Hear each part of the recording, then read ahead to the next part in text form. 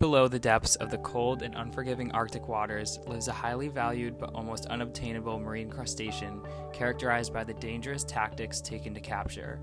This species being described is the Alaskan red king crab, also known by its scientific name Paralithodes kamchaticus. According to NOAA Fisheries 2021, red king crabs are the largest commercially harvested crab, up to 24 pounds with a leg span of 5 feet. Their color ranges from a deep red to dark brown, and female red king crabs reproduce once a year and release between 50,000 to 500,000 eggs.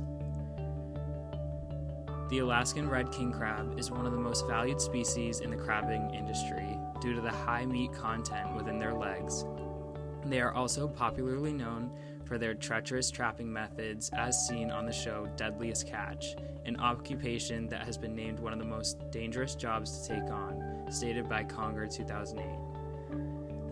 Though the job is very risky and often life-threatening, the gross pay for an average crab fisherman is $250,000 per year. But the question is the 80 times the average worker fatality rate worth the high salary? As you may notice, there is a large industry for the fishing and trade of Alaskan red king crabs, but the human fatality rate is way too high, and many think of it as a job that is too risky.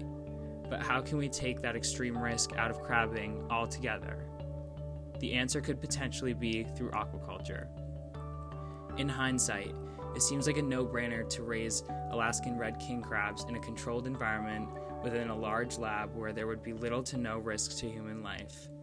But it actually is not so simple, and this is why scientists have held back on aquaculturing such organisms. Crustaceans such as crabs and lobsters are known to be very difficult and time-consuming to aquaculture. According to Welch, no date, it would be a tedious task of aquaculturing the crabs, considering the fact that it would take 7 to 9 years for them to be of harvestable size. This may seem to be a long process, but the industry is so large and profitable for this organism that it would be a good investment in the long run. Now you may be asking, would this hurt the industry of the fishermen who have devoted their lives to this occupation? Well, there seems to be a larger problem at hand when it comes to the quantity of the crabs as time progresses. According to Welch, no date, Alaskan red king crabs are very sensitive to differences and changes within their environment, and they hypothesize that it would be very difficult for the species to adapt to the ever-changing environment that they live in. Not only do these crabs live in one of the harshest marine environments on the planet, they are also very sensitive to change in temperature and acidity of the ocean due to global warming.